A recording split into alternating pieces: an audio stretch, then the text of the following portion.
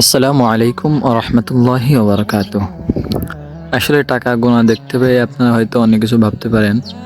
কোনো কিছু ভাবার দরকার নেই। আসলে আজকে জুম্মাবার নামাজ পড়ে আমি মাত্র খানা খেয়ে একটু রিল্যাক্স করতেছিলাম, তখনই একটা ফোন আসে। তো আসলে ফোনটা এসেছিল স্টেট ফার্স্টের ডেলিভারি ম্যানদের কাছ থেকে। তারা বললো, ভাই আপনার একটা পার্সেল আছে, হ্যাঁ দ্রুত পার্সেলটা এসে নিয়ে যান। তো আমি দ্রুত হাঁটা শুরু করলাম।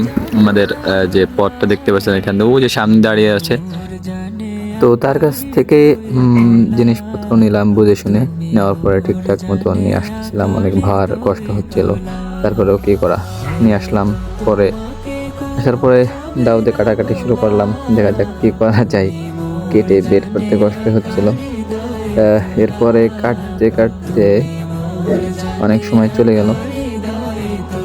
জাস্ট ঠিকঠাক কেটে দেখে শুনে বের করতেছিলাম, যাতে বোতলটা অনেক সময় দাঁড় আঘাত লেগে হয়তো ফেটেও যেতে পারে। এজন্য খুব কেয়ারফুলের সাথে কাটতেছিলাম।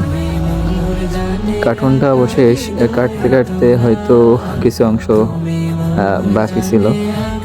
এরপর বাদ বাকি অংশটাও কেটে টান দেওয়ার পরে উঠতেছিল না, পরে উঠলো।